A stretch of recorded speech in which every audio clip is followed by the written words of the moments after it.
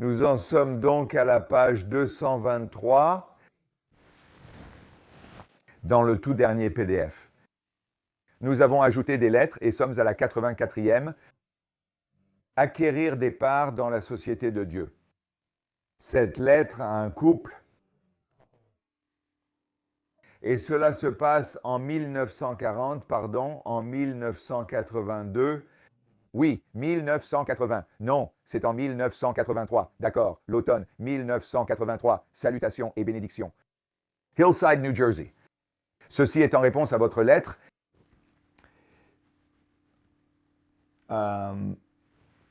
Du 8 Elul pour laquelle je vous remercie beaucoup.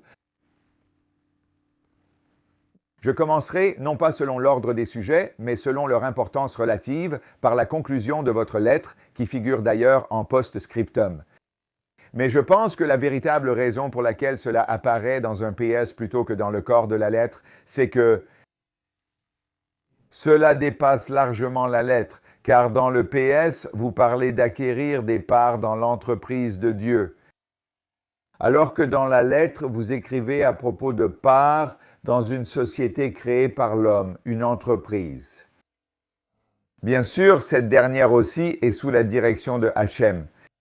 En d'autres termes, votre activité habituelle, votre activité financière, appelons-la ainsi, est aussi sous la direction de Hachem, tout comme l'affaire de Dieu est sous la direction de Hachem, comme toutes les activités humaines. C'est quelque chose pour lequel nous devons travailler très dur afin de nous entraîner à le voir de cette manière.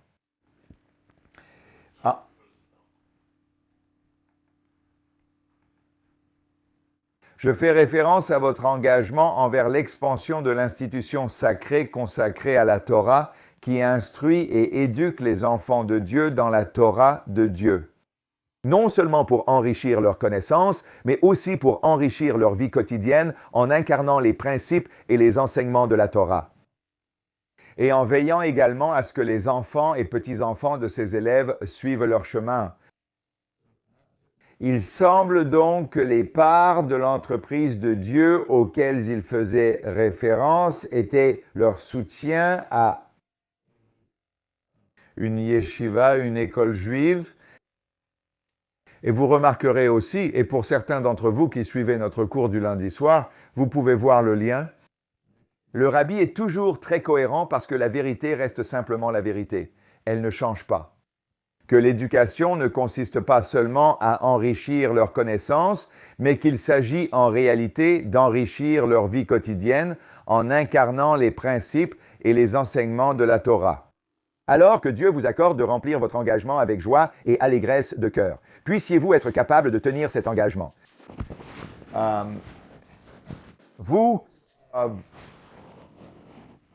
Je suis désolé les gars. Surtout que cela servira sûrement d'exemple inspirant pour beaucoup de vos amis à suivre. Donc le rabbi dit aussi que vous soutenez également l'école, en étant un exemple inspirant pour vos amis. C'est l'une des raisons pour lesquelles, en matière de tzedaka, on nous enseigne qu'il existe une vertu suprême. La forme la plus élevée de don, c'est lorsque le donateur donne sans savoir qui est le bénéficiaire, et que le bénéficiaire reçoit sans savoir qui est le donateur. Nous parlons ici de la forme classique de la tzedaka, qui consiste à aider une personne pauvre. Cependant, nous savons aussi que le rabbi encourage fortement que lorsque le fait de savoir que vous avez donné la tzedaka inspire d'autres à donner la tzedaka, il y a une grande valeur à ne pas garder votre don anonyme. Et je peux vous dire que cela a vraiment cette influence que lorsque des gens donnent la tzedaka et que d'autres le voient, cela a cette influence.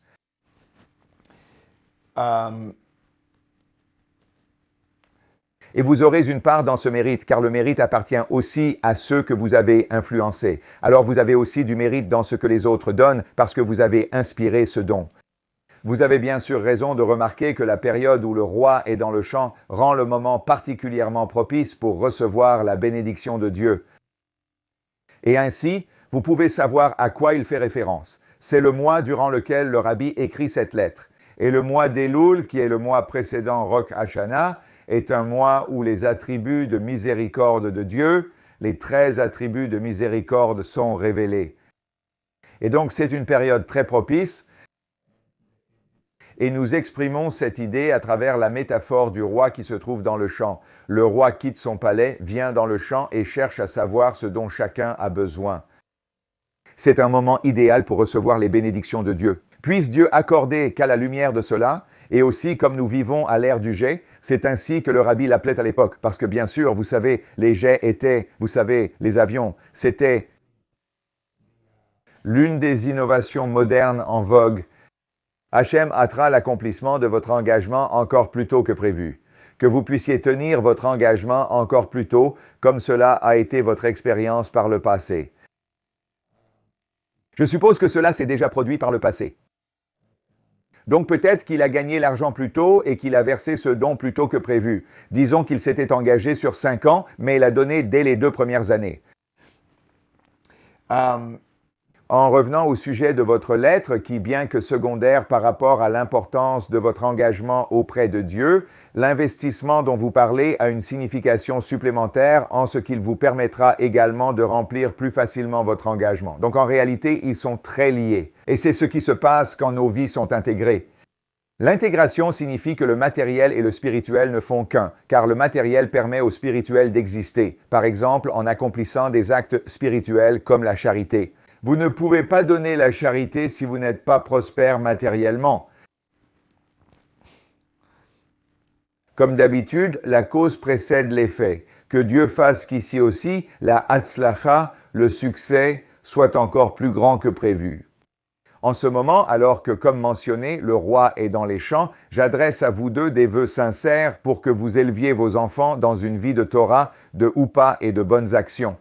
Et que vous ayez un véritable Yiddish Nachas, une véritable satisfaction juive de chacun d'eux et de tous, dans la bonne santé, la joie et l'allégresse du cœur. Je vous adresse, à vous et à tous les vôtres, c'est ce que nous nous souhaitons les uns aux autres. Avant Rosh Hashanah, puissiez-vous être inscrits et scellés pour une bonne année, matériellement et spirituellement.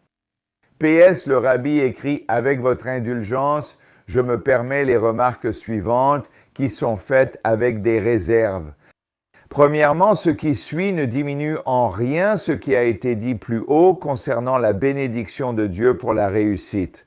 Ensuite, j'ai appris de mon beau-père, de sainte mémoire, qu'en général, il ne faut pas donner de conseils spontanément. J'ai fait une exception dans ce cas précis en raison de notre longue amitié.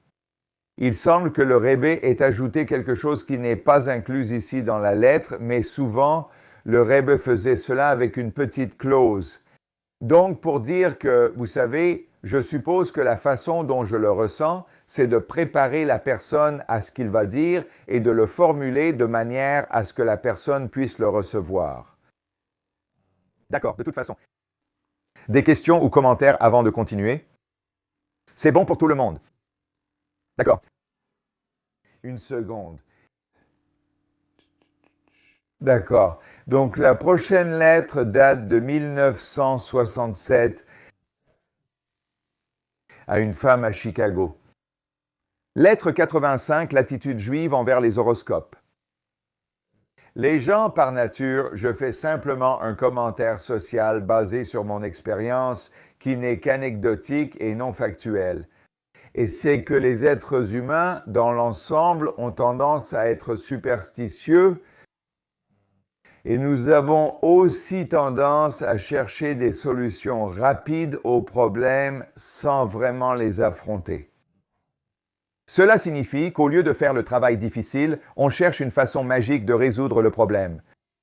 Et j'inclus les horoscopes dans cette catégorie. Ce n'est pas pour dire qu'il n'y a rien dans les horoscopes. Nous verrons les commentaires du Reb, mais c'est juste pour dire que souvent, nous cherchons cela pour valider différentes choses. Bénédictions et salutations. J'ai reçu votre lettre concernant l'attitude juive face aux horoscopes. En général, l'astrologie et ce qui s'y rapporte n'ont aucune place dans la vie juive, comme il est également écrit dans les Saintes Écritures, où il est dit dans le livre de Jérémie, le prophète Yirmiyahu Hanavi, « Tu n'auras pas peur des signes dans le ciel ». N'aie pas peur des signes dans le ciel. Au contraire, nous avons le commandement, tu seras intègre avec l'Éternel, ton Dieu. Ceci se trouve dans la Torah et est également cité dans le code de la loi juive, dans le Shulchan Aruch. Cela signifie que le juif doit avoir une foi complète et entière en Dieu et en la bienveillance de sa providence qui s'étend à chaque personne individuellement. Aucun de nous n'est limité. Un juif n'est absolument pas limité Un juif n'est absolument pas limité par les horoscopes ou quoi que ce soit. Nous vivons sous la seule domination de Dieu. Il est important de s'en souvenir. Nous ne devrions donc pas penser « mon horoscope dit ceci, donc je suis comme ça, j'ai telle personnalité, j'ai tel trait de caractère ». Il peut y avoir du vrai dans l'alignement des horoscopes et l'influence de la naissance sur la personnalité, mais nous ne sommes pas limités à cela. C'est l'essentiel. Quant au fait de s'intéresser à l'horoscope, ici, le rabbi dit une chose très intéressante, purement par curiosité et ce genre de choses.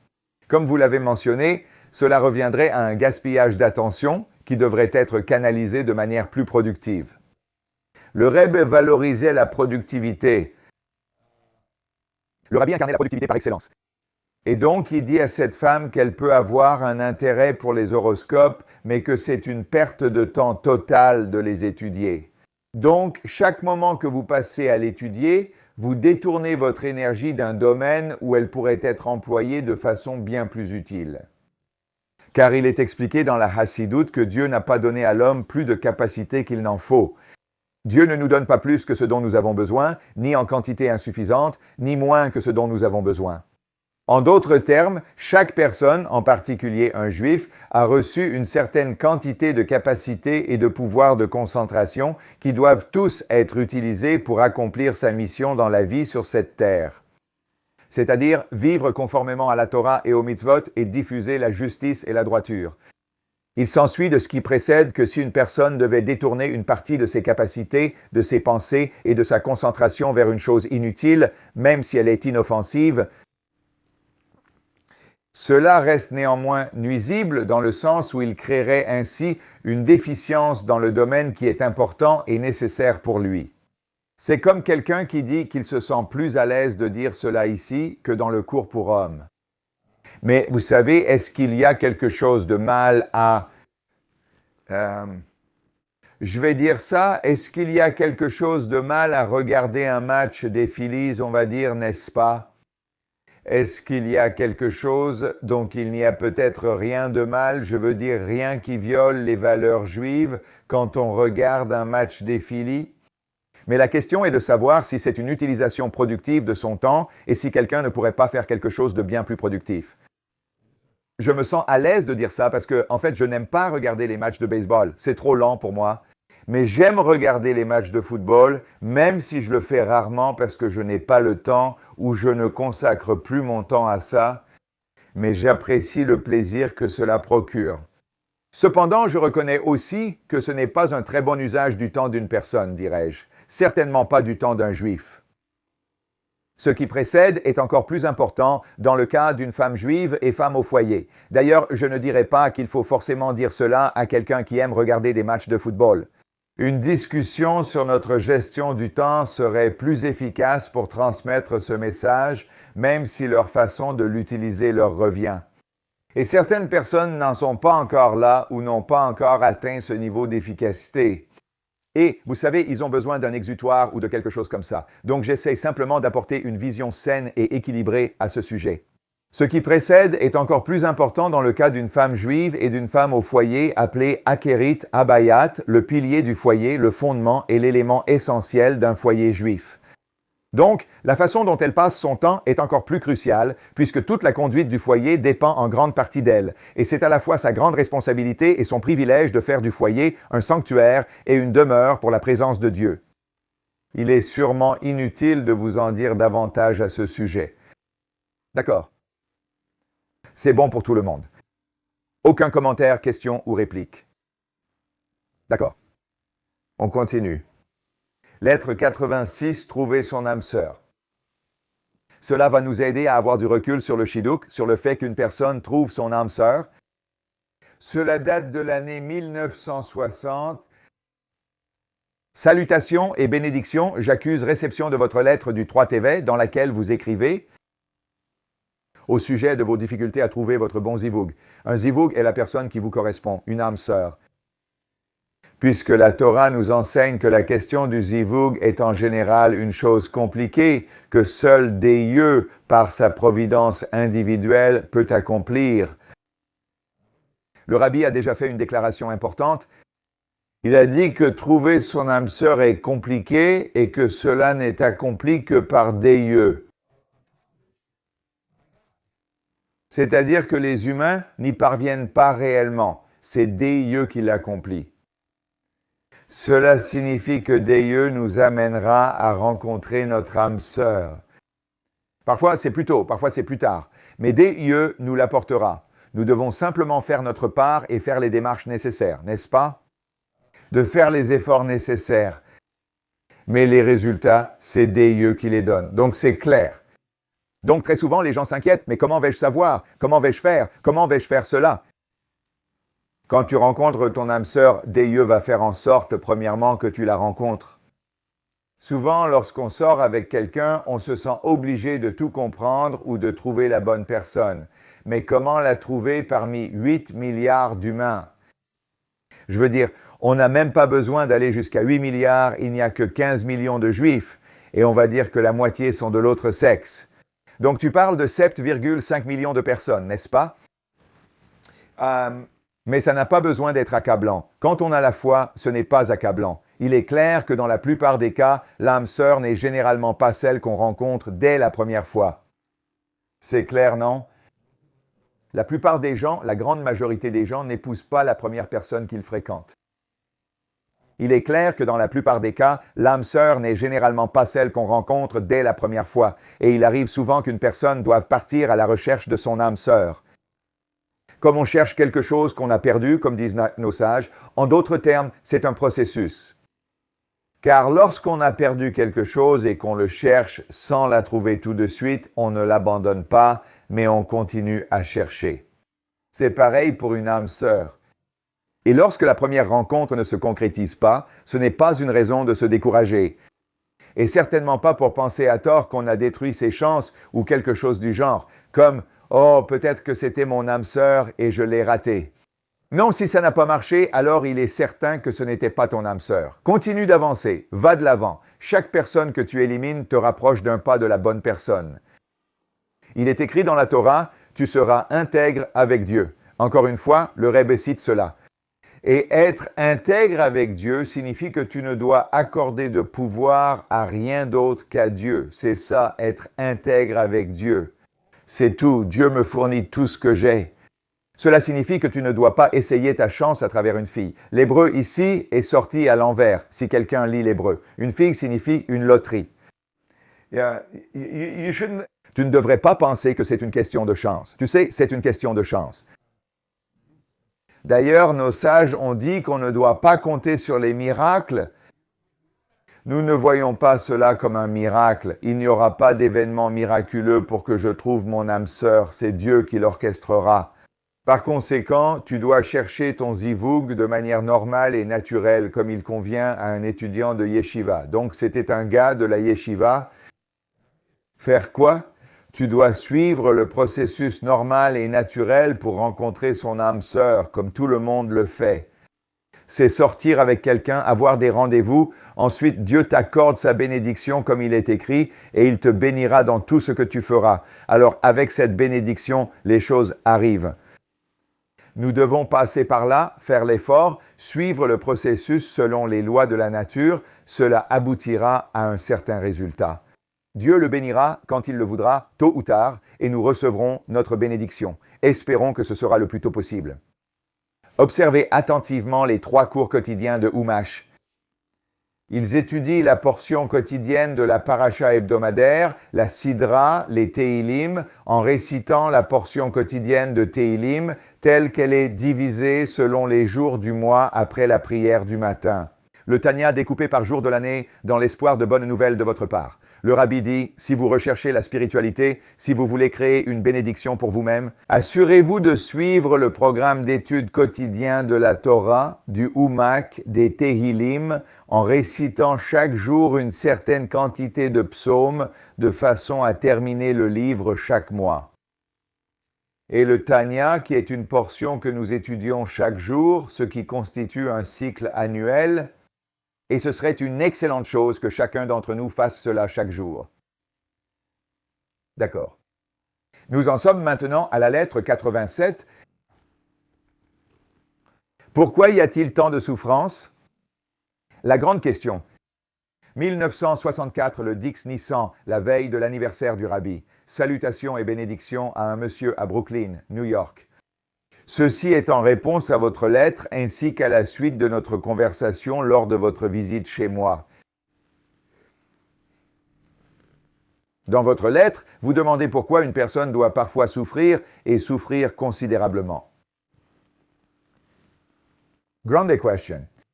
Je pense que chacun s'est déjà posé cette question à un moment de sa vie, souvent lors de souffrances personnelles ou de celles d'un proche.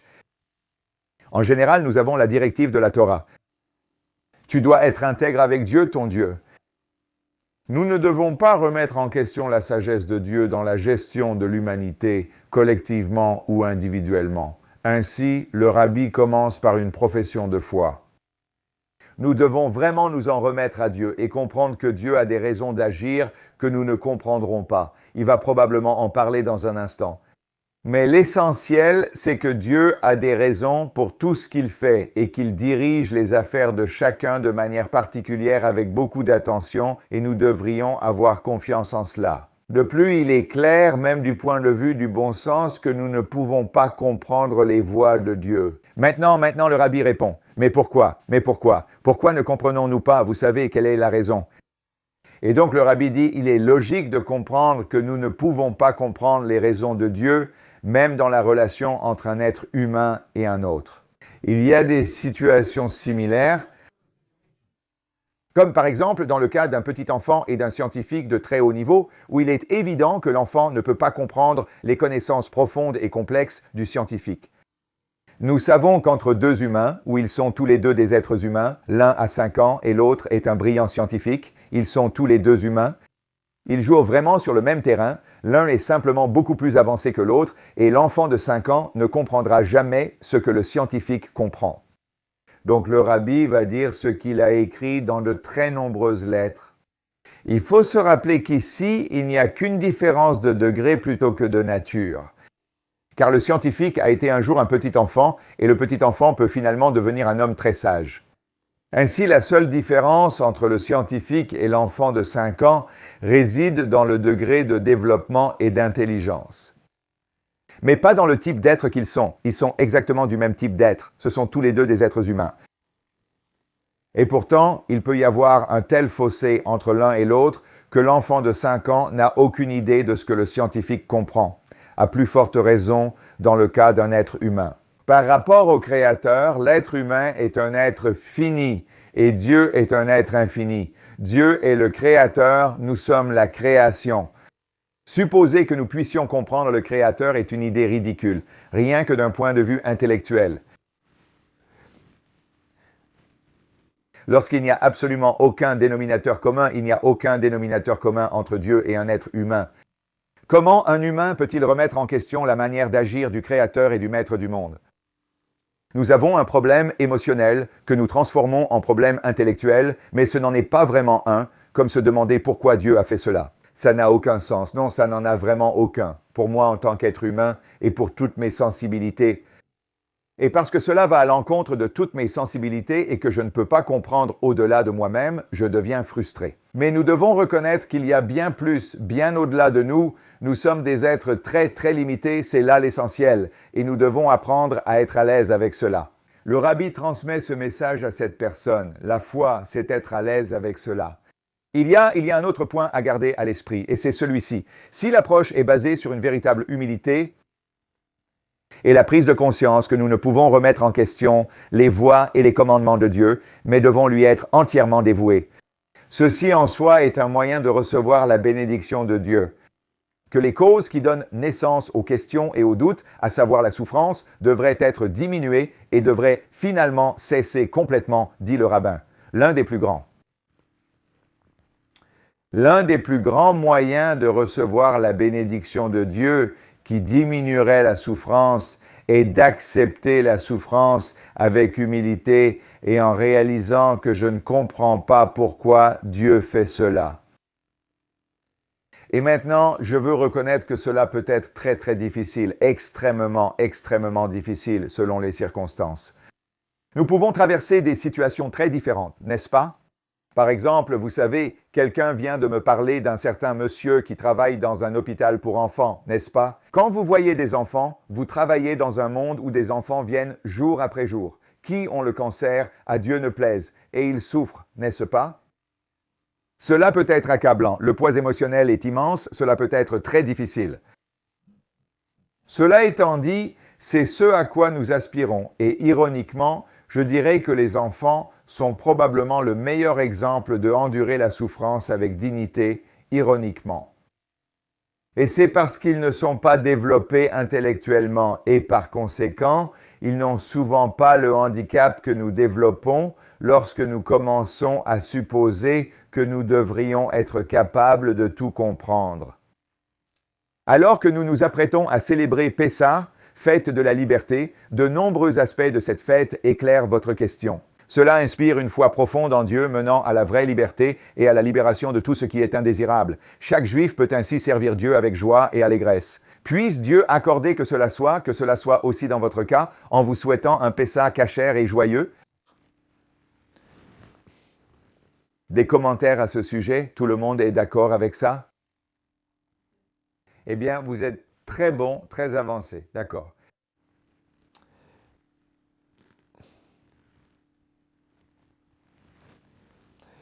Éliminer l'anxiété.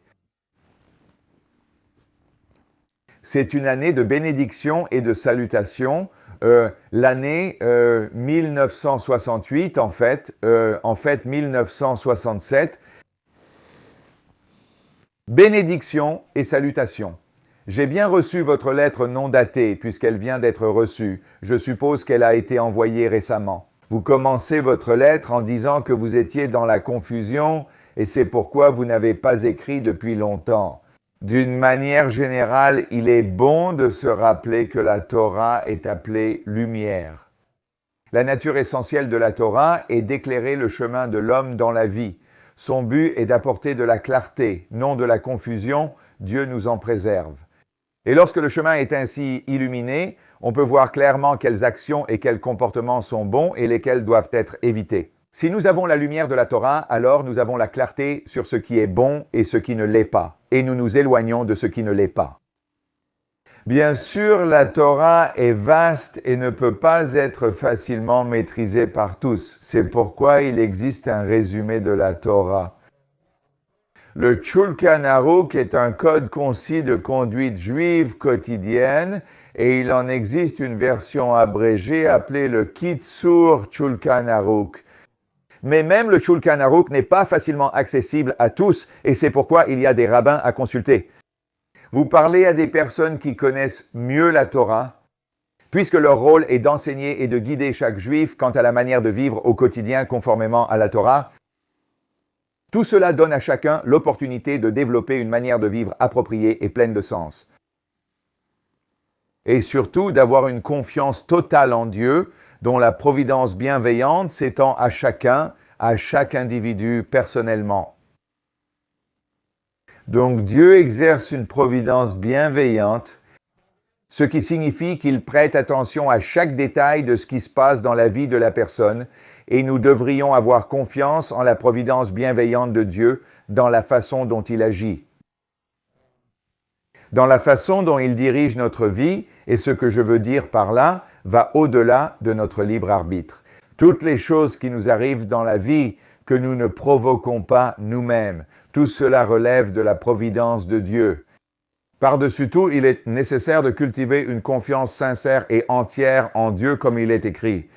Tu dois être entier avec Dieu, ton Dieu, et ainsi éliminer toutes sortes de soucis, d'inquiétudes et de confusion. Parce que je peux savoir que tout ce qui se passe dans ma vie, si je suis de tout cœur avec Dieu, c'est Dieu qui orchestre tout, n'est-ce pas? Alors ce matin, je suis rentré chez moi après le service du matin et mes enfants m'ont dit cela. Nous avons beaucoup de fourmis dans la maison, pas des tentes, on en a quelques-unes aussi, mais des fourmis, d'accord? C'est un vieux problème auquel Harry Weinstein fait face.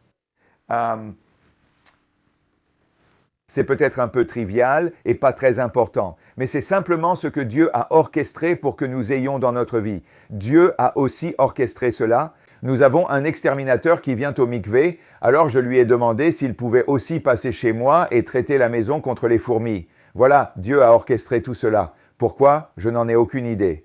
Je ne sais pas quelle est la signification des fourmis dans ma vie, ni pourquoi. Il voulait que j'y consacre quelques minutes, mais c'est ce que Dieu voulait.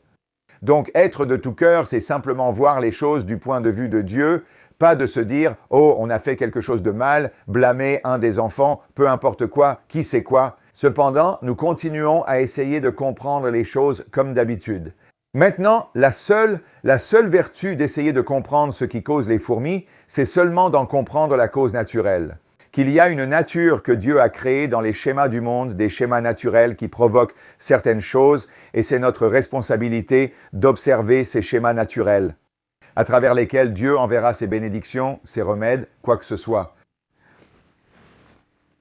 D'accord, donc cela développe un sentiment de sécurité et cela élimine toutes sortes de soucis, d'anxiété et de confusion. Si vous voulez surmonter l'anxiété, vous devez aller à la racine du problème. La vie est terrifiante à moins que nous ne vivions de tout cœur avec Dieu. C'est la racine du problème. Plus nous vivons de tout cœur avec Dieu, moins nous avons d'anxiété et d'inquiétude. Il y a des choses que je ne veux pas dans ma vie, mais je ne m'en fais pas. Elles s'inscrivent dans un contexte plus large et m'inquiéter ne sert à rien. Donc j'arrête de m'en inquiéter. Dieu veut simplement que je vive certaines choses. Parfois j'en comprendrai la raison, parfois non. Cela développe un sentiment de sécurité en sachant qu'il y a un Seigneur et Maître qui prend soin non seulement du monde entier, mais aussi de chaque individu avec une attention bienveillante. C'était un mot-clé, bienveillance. Dieu prend soin de toi. Et toutes les différentes choses que Dieu met dans notre vie nous guident dans notre évolution pour que nous devenions la personne que Dieu attend de nous. Lorsqu'on suit le programme, tout va bien, mais sinon, on peut avoir besoin d'être davantage guidé. C'est intéressant. Même si, comme vous l'écrivez, une personne ne répond parfois pas aux attentes, on sait toujours que rien ne fait obstacle à la teshuva. Maintenant, il est vrai que très souvent, qu'est-ce qui cause de l'anxiété chez les gens? Peut-être que j'ai fait des choses qui sont mauvaises et c'est pour ça que certaines choses arrivent. C'est une possibilité, c'est une possibilité. D'ailleurs, j'aime toujours souligner que la raison pour laquelle les choses ne vont pas bien dans nos vies n'est pas principalement parce que nous faisons des choses mauvaises. Il y a 1000 raisons que Dieu peut avoir pour expliquer pourquoi nous vivons certaines choses dans la vie qui ne sont pas agréables. L'une d'elles seulement, c'est que nous faisons de mauvaises choses. Donc, nous devons toujours examiner nos actions, nous demander peut-être que je fais quelque chose qui n'est pas correct, mais nous ne devrions pas penser que nous sommes de mauvaises personnes parce que les choses ne vont pas bien dans notre vie. Parce qu'il n'y a personne, vous savez, aussi vertueux soit-il, dont la vie soit parfaitement alignée avec ce qu'il souhaite. Ça n'arrive jamais. Parce que Dieu sait mieux que nous et sait que nous sommes plus capables que nous le pensons. Il fait venir certaines choses dans nos vies pour nous orienter ou nous éclairer. Cependant, comme le dit le rabbi, s'il y a quelque chose que tu as mal fait, fais teshuva, rectifie-le, repens-toi, d'accord? Reviens vers Dieu. Il est sûrement inutile de t'en dire plus à ce sujet, mais seulement de souligner que nous sommes tous commandés de servir Dieu avec joie et allégresse du cœur. Nous avons un commandement de servir Dieu avec joie et allégresse du cœur. Tu ne peux pas faire cela si tu es malheureux tout le temps, si tu penses que tu es une mauvaise personne, si tu as, tu sais, toutes ces sortes de pensées. Et en y réfléchissant, il est possible de voir comment chaque événement peut nous enseigner quelque chose sur le véritable service de Dieu. Le Baal Shem Tov enseignait que tout ce qui arrive dans la vie doit nous enseigner quelque chose sur le service de Dieu. En ce qui concerne ce que vous avez écrit, à savoir que parfois vous avez des sentiments et des pensées qui ne sont pas en accord avec la Torah et le Shulchan Aruch. Cela ne devrait pas vous surprendre, puisque l'Admour Azaken explique dès le début de son ouvrage principal, le Tanya, que chaque juif possède également une soi-disant âme animale liée au corps matériel et qui est souvent la source de confusion et de distraction, allant même jusqu'à s'égarer du droit chemin, privant ainsi la personne de sa tranquillité d'esprit. Il t'arrive parfois d'avoir des pensées contraires à la Torah, c'est normal. Tu as une âme animale. Le rôle de l'âme animale est de te rendre confus et de te faire penser comme un être humain au lieu de penser comme un être divin. Tu vas devoir te battre contre ça toute ta vie, contre toutes ces pensées, et voir clairement quelle est la véritable perspective. D'un autre côté, ce qui rend la situation plus facile à gérer, c'est le fait que le juif a aussi une âme divine, qui est véritablement une parcelle de la divinité d'en haut, et qui est l'aspect essentiel et véritable du juif. Ainsi, il n'est pas seulement possible de surmonter les distractions mentionnées ci-dessus. Mais comme nos sages l'affirment, non seulement il est possible de surmonter ces distractions que tu as, qui te causent de l'anxiété, mais comme nos sages l'affirment, celui qui est déterminé à se purifier reçoit de l'aide d'en haut. Mais au contraire, si tu fais un effort et que tu es déterminé à te purifier, à t'aligner, alors cela suscite de l'aide d'en haut. L'aide d'en haut vient de qui? De Dieu. C'est plutôt une bonne affaire, non? Je veux dire, tu peux aller voir quelqu'un, un bon ami ou un conjoint pour t'aider, et ils peuvent t'aider autant qu'ils le peuvent. Mais obtenir l'aide de Dieu, c'est génial, non? Et c'est comme ça qu'on reçoit l'aide de Dieu en s'engageant à essayer d'être plus aligné. Si cela est vrai à n'importe quel moment de l'année, c'est particulièrement vrai en ce moment, alors que nous venons tout juste de célébrer le mois faste de Tishri, le mois de Rosh Hashanah et Yom Kippour, avec toutes ces fêtes, et qui a été une source abondante d'inspiration durable. Je suis convaincu que mes quelques lignes ci-dessus, si peu nombreuses soient-elles par rapport à l'importance du sujet, suffiront néanmoins. Et que vous aurez de bonnes nouvelles à annoncer, y compris concernant votre participation accrue aux activités du Shalia Abad à Londres. Il est donc clair que cette femme vit en Angleterre et que vous agissez avec joie et allégresse de cœur. Avec bénédiction. Très bien, comment ça va tout le monde? Ça va bien? D'accord. Prochaine lettre, solution scolaire. L'année 1985. Bénédiction et salutations. Votre lettre du 19 qui se lève. Avec les pièces jointes mais parvenues à l'instant. Inutile de dire que pour évaluer une situation à l'étranger, c'est difficile, surtout dans une lettre. Cependant, cela n'est pas vraiment nécessaire puisque vous avez déjà consulté des personnes compétentes et que vous continuerez sans doute à le faire. Je ne peux que faire quelques observations générales. Donc le rabbi dit essentiellement, je ne peux pas faire une évaluation d'une situation qui se trouve à l'étranger. Je suis heureux que vous consultiez des personnes compétentes, ce que vous continuerez à faire, mais je vais vous donner quelques conseils généraux. Tout d'abord, vous savez sûrement qu'à notre époque, de tels problèmes avec les enfants sont très courants. Nous allons voir si nous pouvons comprendre quel est le problème. Et en fait, probablement dans l'immense majorité, bien que bien sûr tous les problèmes ne soient pas du même degré ni dans le même domaine. Une très grande majorité d'enfants sont confrontés à cela. Je dis cela en connaissance de cause, car il semble, d'après ce que vous écrivez, que vous êtes excessivement anxieux, ce qui n'a pas vraiment de raison d'être. Vous ne devriez pas être trop anxieux. En général, la décision finale sur la manière de traiter les enfants ayant de tels problèmes revient à l'administration de l'école. Après avoir discuté de la situation avec les parents et avoir été informé de la façon dont l'enfant est traité à la maison, les raisons sont compréhensibles, puisque d'abord, l'administration est plus objective qu'un parent ne peut l'être. Ils ont aussi plus d'expérience avec ces problèmes, car ils s'occupent de nombreux enfants. Et après tout, les parents peuvent aussi exprimer leur opinion pour aider à prendre la meilleure décision. Le rabbi explique simplement qu'il est très utile de parler à l'administration de l'école. Ils ne sont pas objectifs. Ils s'occupent de très nombreux enfants et ont beaucoup d'expérience. Parlez-leur pour connaître leur avis. Il est également bon de garder à l'esprit qu'un nombre important de ces problèmes se résolvent généralement avec le temps. Grâce au contact de l'enfant avec les autres, l'enseignant et les parents. Un enfant, souvent inconsciemment, réagit à son environnement et aux personnes qu'il côtoie régulièrement. Le rabbi dit que très souvent les problèmes se résolvent quand l'enfant passe simplement du temps avec d'autres enfants et d'autres personnes qui, de façon subconsciente, influencent son comportement dans une certaine direction. C'est comme ça que je comprends. Évidemment, cette lettre est un peu vague. Mais je vais aussi vous dire quelque chose juste à titre d'anecdote qui est lié à cela. J'ai vu beaucoup d'enfants qui, vous savez, à un jeune âge, se comportaient d'une certaine manière, puis en grandissant, soudainement, on voit un garçon complètement différent. Par exemple, je viens de voir cela, et là il s'agit d'un âge encore plus avancé avec un jeune homme de notre communauté que je connais depuis avant sa bar mitzvah. Et je l'ai vu récemment, et je ne sais pas ce qui s'est passé, ni quand cela s'est produit, mais il est passé, vous savez, d'un certain comportement, je vais rester très vague, à s'épanouir et devenir une personne magnifique. Et parfois, vous savez, on a tous nos complexes ou ceci ou cela. Et puis, quand on trouve sa place, boum, et parfois c'est en trouvant sa place à l'école ou quand on passe de l'école primaire au lycée, on trouve simplement sa place dans la façon dont on s'exprime, ceci ou cela, et soudain, l'enfant s'épanouit. Et parfois, c'est tout ce qu'il faut. Il est également bon de garder à l'esprit qu'une part importante,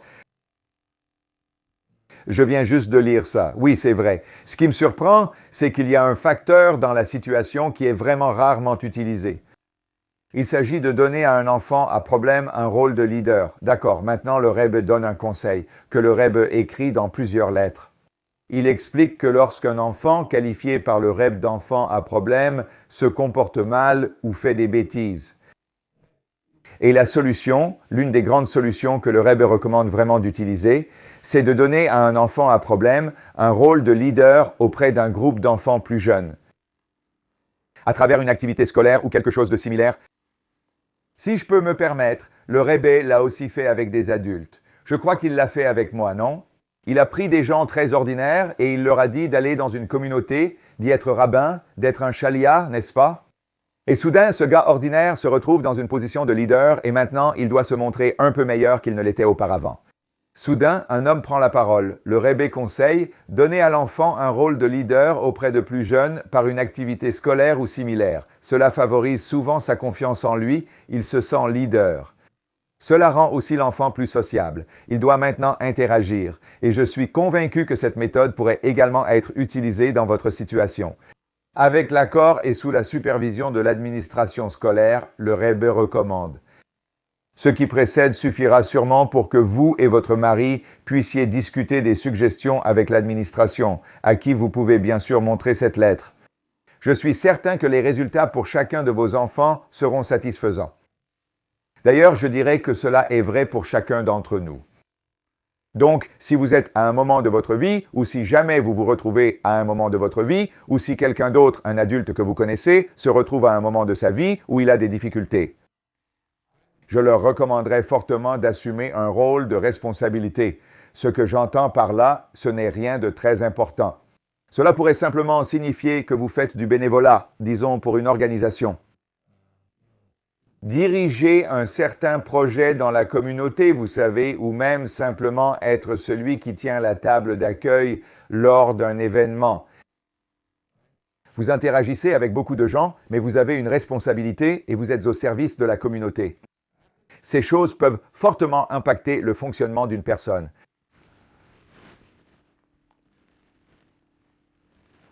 Quant au problème spécifique, à savoir s'il doit redoubler sa classe à l'école ou être promu dans une classe supérieure, cela, comme mentionné ci-dessus, est une décision qui doit être prise par l'administration de l'école. Je tiens toutefois à préciser que pousser l'administration dans un sens précis peut parfois être contre-productif. Les parents peuvent aussi suggérer, s'ils y tiennent vraiment, que l'enfant soit promu provisoirement pour une période d'essai. Faire les choses à titre d'essai est une bonne idée pour en voir les résultats. Vous savez sûrement que la date de votre lettre, le 19 Kislev, est très propice, marquant l'anniversaire de la rédemption de l'Alter Rebbe, fondateur de Chabad, qui a laissé des bénédictions à ceux suivant ses enseignements, surtout en Tzedaka. Puisse cela vous apporter, à vous et à tous les vôtres, une mesure supplémentaire de réussite. Magnifique. D'accord. Définir des priorités et cultiver la fierté.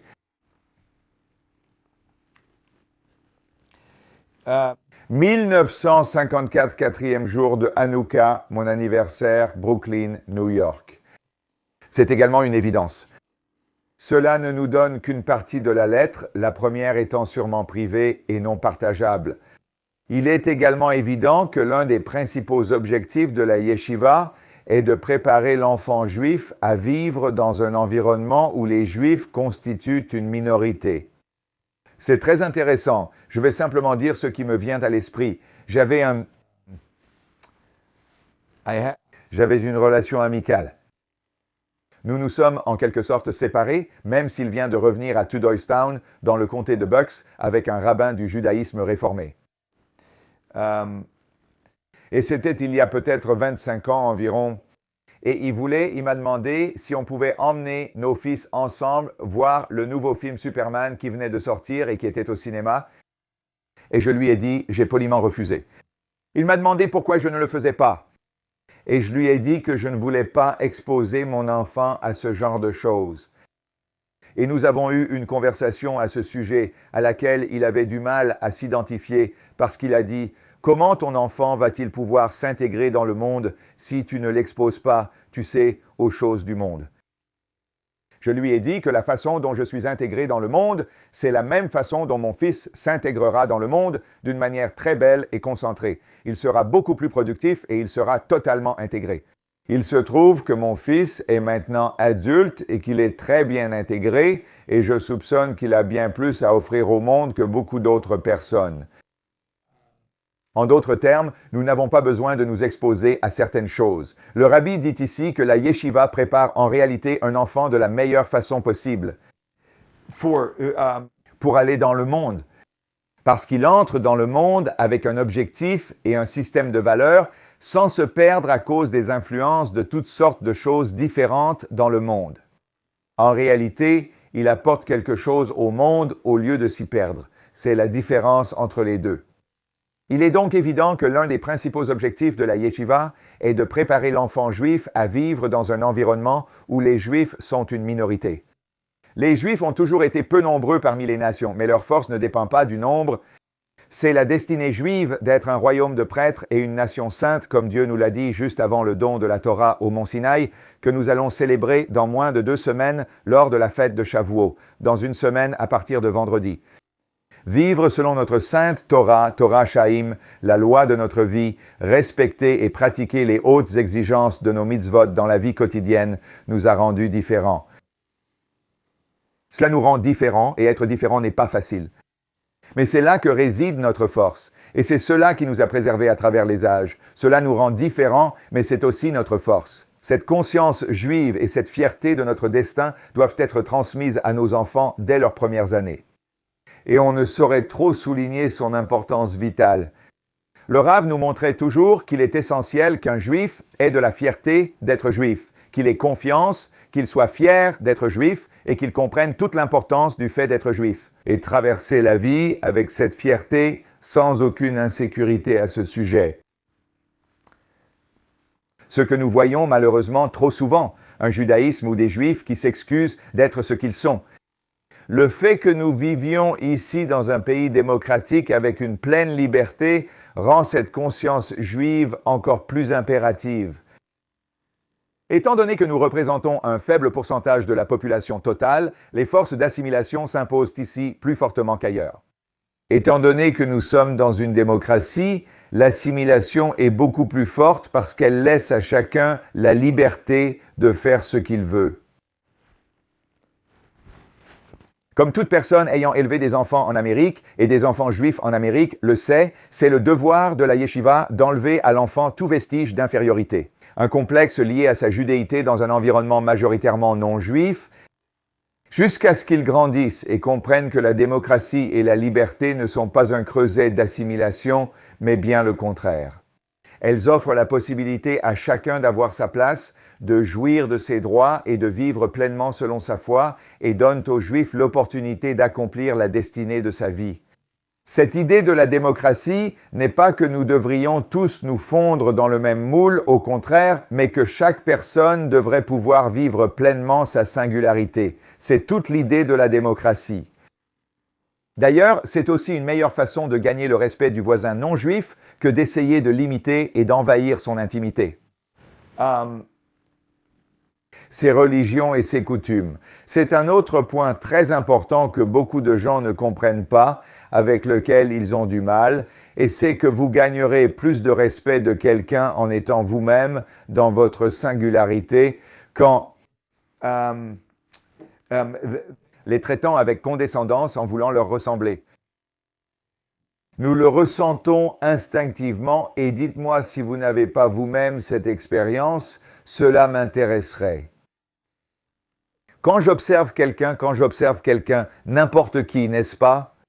Je peux vous dire s'ils sont faibles ou s'ils sont forts. Et une des principales façons dont je peux le savoir, c'est par la manière dont ils font preuve de condescendance. S'ils sont condescendants, ce qui veut dire qu'ils essaient de se mettre de mon côté ou de celui de quelqu'un d'autre, ou s'ils parlent à quelqu'un d'autre, vous savez, ils essaient de flatter quelqu'un pour être dans ses bonnes grâces, n'est-ce pas? Donc, ils sentent qu'ils doivent souvent faire des compromis sur ce qu'ils sont. Il n'y a rien de mal à chercher à plaire aux gens, mais pas au prix de ce que l'on est. Sinon, on finit par compromettre ce que l'on est. Ils vont atténuer ce qu'ils sont ou cacher un peu qui ils sont afin de bien s'entendre avec une autre personne. Tout compromis de soi pour une autre personne est une faiblesse. Et tout manque de compromis, de courage, de hardiesse, quand je dis hardiesse, je ne veux pas dire de manière agressive ou bruyante. Je veux simplement dire d'une manière confiante où il n'y a pas à renoncer à qui je suis. Il n'y a pas besoin de cacher qui je suis. En fait, cela montre vraiment de la force. On le voit tout de suite. Et nous avons du respect pour les gens. Je dis toujours ça. Les gens respectent ceux qui se respectent eux-mêmes. Ils voient une personne forte et la force inspire le respect. Je ne parle pas ici de la force comme intimidation, même si parfois c'est aussi le seul moyen d'obtenir le respect de certains. Mais là n'est pas notre sujet. Je parle simplement du respect classique. Les gens respectent ceux qui savent qui ils sont et ce qu'ils représentent. Les gens ne respectent pas ceux qui sont indécis et ils les écrasent. C'est exactement la relation entre les Juifs et les gentils. Les gentils respectent les Juifs qui disent « Je suis Juif ». Je ne transigerai pas sur cette valeur, je ne peux pas être là pendant le Shabbat. Je suis désolé, je ne peux pas dîner avec vous. Je ne peux pas boire ce vin. Je suis sûr qu'il est bon, mais je ne bois que du vin kasher. Toutes ces choses, franchement, je sais qui je suis, et je sais ce que je fais, et je sais ce que je ne fais pas. Toujours respectueux, n'est-ce pas? Mais toujours en étant au clair sur qui je suis. En fait, et c'est quelque chose pour lequel le Rebbe s'est beaucoup battu, parce qu'il y a des conséquences très très importantes à la faiblesse juive. Vous savez, et pour ceux d'entre vous qui ont écouté mon séminaire « Comment Israël gagne », et si ce n'est pas le cas, vous devriez pouvoir le trouver sur le site web. C'était le principal reproche du Rebbe envers Israël, qu'Israël n'a pas... Et d'ailleurs, je voudrais juste dire, si je peux me permettre, que c'est la faiblesse du judaïsme laïque. Je ne sais pas s'il existe un judaïsme laïque de juifs qui sont des juifs qui insistent pour être laïcs, comme si c'était une position, n'est-ce pas? Être un juif laïque parce que nous ne sommes pas fiers de notre judaïté. Quand nous ne sommes pas fiers de notre judaïté, nous nous excusons. Et nous ne pouvons pas défendre ce qui est juste pour un juif parce que nous n'avons aucune justification pour cela, à moins d'assumer notre identité juive. Alors, quel est notre droit sur Israël? Est-ce qu'après la Shoah, nous devrions avoir un endroit où vivre? C'est une revendication très faible. Nous n'avons pas besoin d'Israël pour cela. Nous pouvons aller, comme certains des fondateurs laïcs d'Israël l'ont envisagé, nous pouvons aller en Ouganda pour cela, n'est-ce pas? Nous devons voir la sainteté de la terre d'Israël et nous devons voir la sainteté du peuple juif. Nous devons voir la sainteté de la Torah. Nous affirmons sans compromis, Dieu a donné la terre d'Israël aux Juifs et nous ne négocierons aucun centimètre. Nous souhaitons vivre en paix avec vous. Et si vous menacez une seule vie juive, les valeurs juives disent que nous vous devancerons avant que vous n'agissiez. Rien qu'en menaçant une vie juive, nous frapperons les premiers et nous vous tuerons. C'est notre devoir moral. Voilà la confiance et la force. Et c'est pour cela, et nous avons perdu des milliers et des milliers de vies juives à cause de cela, à cause de cette faiblesse. C'est le cœur du problème. Donc, pour continuer la lettre avec cette vérité à l'esprit, cela a été un principe fondamental dans toutes les institutions fondées par mon beau-père de sainte mémoire. Et dans d'autres où son influence s'étendait, il a mis en place un système dans lequel les matières juives sacrées sont enseignées le matin et les matières générales sont enseignées l'après-midi. L'une des choses que le précédent le Rebbe Strong, ont fortement encouragé, c'est que dans les yeshivas, dans les écoles juives, avec nos études juives et les études profanes, la matinée doit être consacrée aux études juives. Pourquoi? Le judaïsme prime avant tout, c'est l'identité. L'identité est prioritaire. Ensuite, on s'occupe des études profanes pour s'en sortir dans la vie et trouver un emploi. C'est très secondaire par rapport à l'identité. Outre le fait que l'esprit de l'enfant est plus réceptif le matin, il est fondamental de lui enseigner l'ordre d'importance de ces deux domaines. À savoir que la Torah et la manière de vivre juive passent avant tout. Ce n'est que de cette manière qu'il pourra être élevé pour apprécier correctement son grand héritage juif et, avec fierté et force, faire face à tout défi qu'il pourrait rencontrer en tant que juif. Il est donc très douloureux d'apprendre que la yeshiva de New Haven a négligé ce principe vital et que, dans certaines classes en tout cas, l'ordre a été inversé. C'est très simple, si vous avez des enfants ou petits-enfants à la maison, vous pouvez le faire facilement.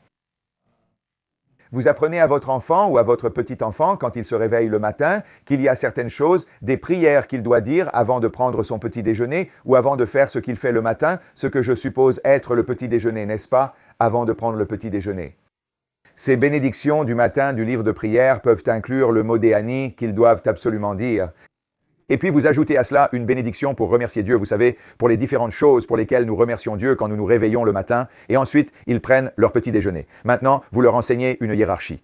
D'abord, il y a la prise de conscience de qui je suis, que je vis avec Dieu au-dessus de moi, qui m'a placé ici et m'a offert un jour de plus. Cela réoriente toute la journée. Maintenant, vous pouvez prendre le petit déjeuner. Le petit déjeuner est important, mais pas urgent, vous pouvez attendre 10 minutes. D'accord, la dernière lettre, tout le monde, et ensuite j'aimerais vous poser une question sur ce cours pour l'avenir. Ce qu'il respecte, salutations et bénédictions, cela date de l'année 1969. Suite à votre visite avec votre femme et votre fille et notre conversation, je profite de l'occasion pour vous adresser mes vœux pour un Purim joyeux et inspirant.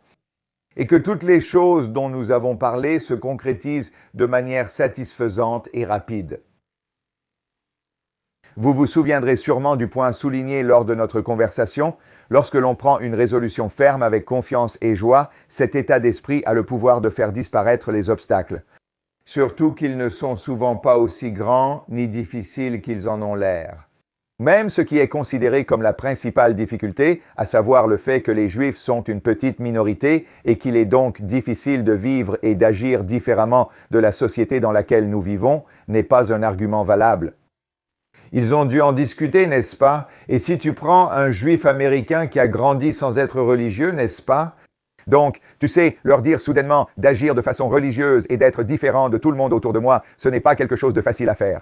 Comme nous le savons, si tu décides, et que Dieu bénisse tous ceux qui doivent encore prendre cette décision, que tu dois prendre cette décision, si tu décides que tu vas manger kasher, n'est-ce pas?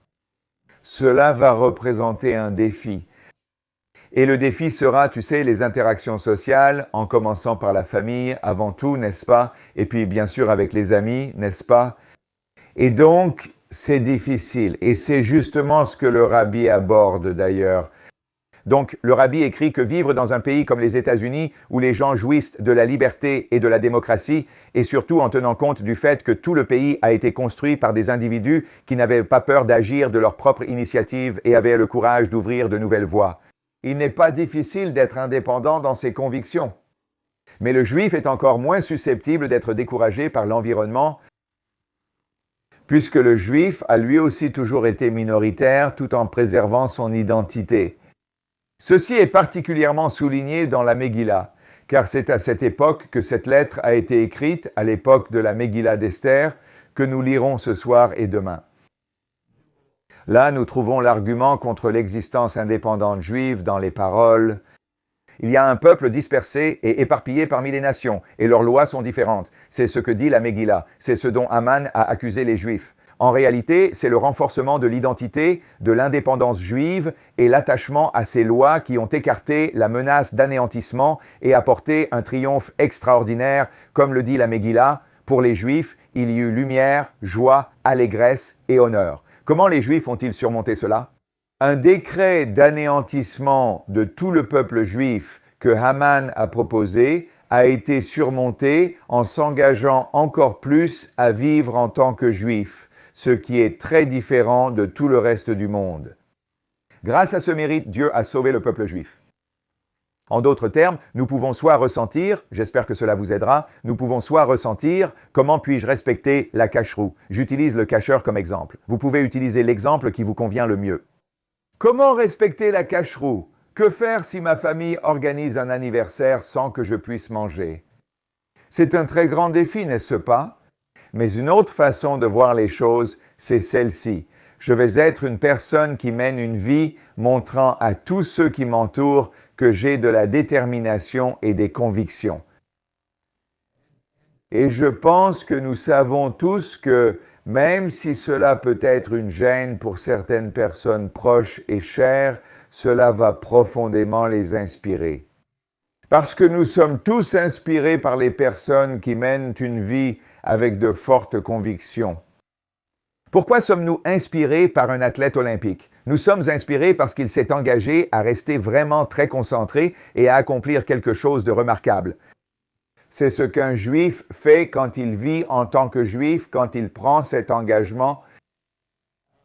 Nous devenons une inspiration pour la société au lieu de juste nous y fondre. Ce n'est pas inspirant. Même leurs anciens ennemis étaient impressionnés et voulaient montrer respect et admiration à ces juifs différents. C'est justement ce que souligne le Rebbe ici. Les ennemis étaient impressionnés, n'est-ce pas? Et ils voulaient montrer du respect parce que les gens respectent ceux qui se respectent eux-mêmes. Il en a toujours été ainsi à toutes les époques et dans tous les pays. C'est particulièrement vrai ici et maintenant où le juif qui vit selon ses convictions et ses principes fondés sur les 10 commandements et sur toute la Torah bien connue de tous, il jouit du respect de ses voisins non religieux qui ne peuvent qu'admirer une telle dévotion et un tel engagement, quelles que soient les difficultés.